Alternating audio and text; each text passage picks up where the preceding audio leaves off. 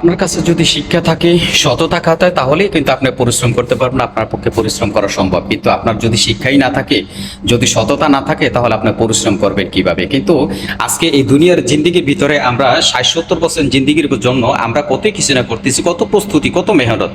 কিন্তু আমাদের আখিরাতের জন্য আমরা কতটুকু প্রস্তুতি নিতেছি, আমাদের আখিরাতের জন্য কতটুকু আমরা প্রচেষ্টা করতেছি।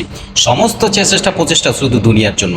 এই দুনিয়ার চাওয়া পাওয়া নিয়ে আজকে আমরা একে অন্যের সাথে শত্রুতামি করতেছি, একের সাথে আমরা আরেকজনের চিরস্থায়ীভাবে শত্রুতামি করে আসতেছি। দেখেন, এই হায়াতের জিন্দিগিটা আমাদের একদিন শেষ হয়ে যাবে, কিন্তু আমাদের তখন এই হিংসা বিদ্বেষ সমস্ত কিছু একদিন শেষ হয়ে যাবে। কিন্তু আমরা যে আমল করে যাইতেছি, আমলে কিন্তু কাজে আসবে।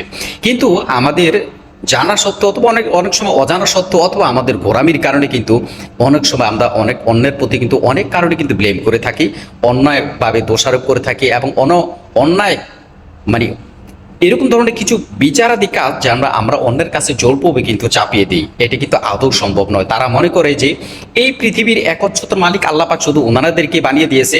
এই পৃথিবীতে আপনার ক্ষমতা এবং কি বলে পাওয়ার এবং কথা বলার যোগ্যতা একমাত্র ওনাদেরকে দিয়েছেন, আর প্রত্যেকটা মানুষ হচ্ছে তাদের গোলাম। তারা অনেক সময় এরকম কথা বলে, এরকম আচরণ করে।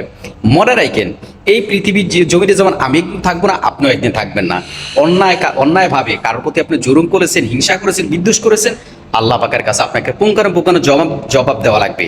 আপনাকে আপনি যতই নিষ্ঠা শতবান মনে করেন না কেন, একবার নিজের বিচারটা নিজে করে দেখুন, নিজের সততা, নিজের নিষ্ঠা কতটুক এবং আপনি কতটুক ন্যায়পরায়ণ।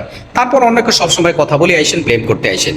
কিন্তু আগে আপনার আখলাক, আপনার আমলটাকে একটু ভালো করে দেখুন, তাহলে আপনি সঠিক উত্তরটা আপনি পেয়ে যাবেন।